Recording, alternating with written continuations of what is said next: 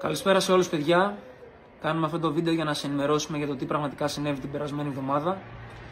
Ίσως για κάποιους είναι σκληρά αυτά που θα ακούσετε, παρόλα αυτά είναι η αλήθεια και δικαιούστε κι εσείς να τη γνωρίζετε όπως έγινε. Όπως ξέρετε, 4 άτομα ξεκινήσαμε για να πάμε στη Νότια Ιταλία με σκοπό να εξερευνήσουμε εγκαταλειμμένα χωριά. Δεν είχαμε στόχο να κάνουμε το οποιοδήποτε είδους challenge, ούτε κάναμε οποιοδήποτε challenge, ούτε το οτιδήποτε ακραίο. Φτάσαμε στον προορισμό μας, όσο ακόμα είχε λίγο φυσικό φως, και αποφασίσαμε να πάμε στο χωριό Ρογκούτι Βέκιο. Είχαμε και φακούς μαζί μας, είχαμε γενικότερα τα πάντα από εξοπλισμό.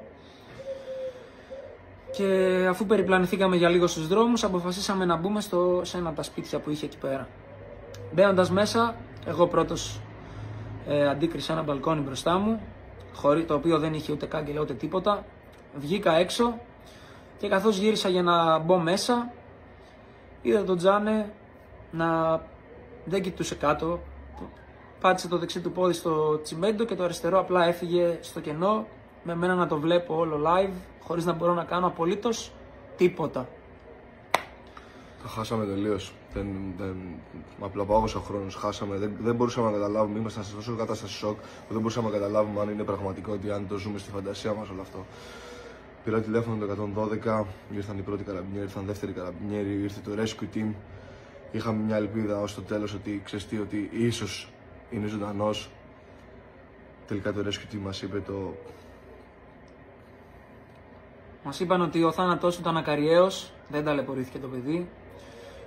Αφού τελείωσαν όλες τις διαδικασίες ταυτοποίησης, μας πήραν στο αστυνομικό τμήμα, δώσαμε τις καταθέσεις μας και οι αστυνομικοί κατάλαβαν μετά από λίγη ώρα, βασικά δείξαν από πριν ότι το ό,τι συνέβη ήταν ένα τραγικό δυστύχημα. Αφεθήκαμε ελεύθεροι και ξεκινήσαμε το ταξίδι της επιστροφής για να γυρίσουμε στην Ελλάδα. Για όσους αγαπάτε τον Τζάνε και ενδιαφέρεστε, η κηδεία του θα γίνει στην πατρίδα του στη Γεωργία, στα τέλη της εβδομάδας, νομίζω το Σαββατοκύριακο, αν δεν κάνω λάθος. Ένα μήνυμα, παιδιά, προς όλους εσάς που μας βλέπετε και προς όλους τους creators. Από μένα και τον Dream τουλάχιστον, δεν πρόκειται να ξαναπάμε σε τόσο επικίνδυνο μέρος και να κάνουμε τέτοιο βίντεο χωρίς πρώτα να έχουν ληφθεί όλα τα απαραίτητα μέτρα και να έχει γίνει εξονυχιστική έρευνα για το τι πάμε και πού πάμε να κάνουμε το οτιδήποτε. Από μένα προσωπικά, το YouTube είναι η ζωή μου. Θα συνεχίσω να κάνω βίντεο. Παρ' όλα αυτά θα πάρω λίγο ακόμα χρόνο off από τα social media μέχρι να νιώσω έτοιμος για να συνεχίσω και εγώ τη δουλειά μου και γενικότερα τη ζωή μου. Για μένα ο Τζάν ήταν οικογένεια, εγώ τον μεγάλωσα κυριολεκτικά από τα 17 του.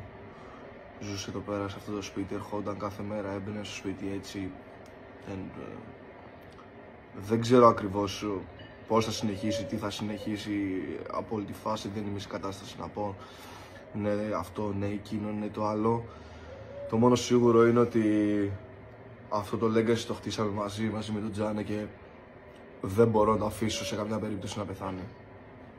Ένα μεγάλο ευχαριστώ παιδιά για όλα τα μηνύματα υποστήριξης, πραγματικά είναι χιλιάδες, και εννοείται για την κατανόηση που δείχνετε αυτές τις μέρες όσο εμείς απέχουμε από τα social media.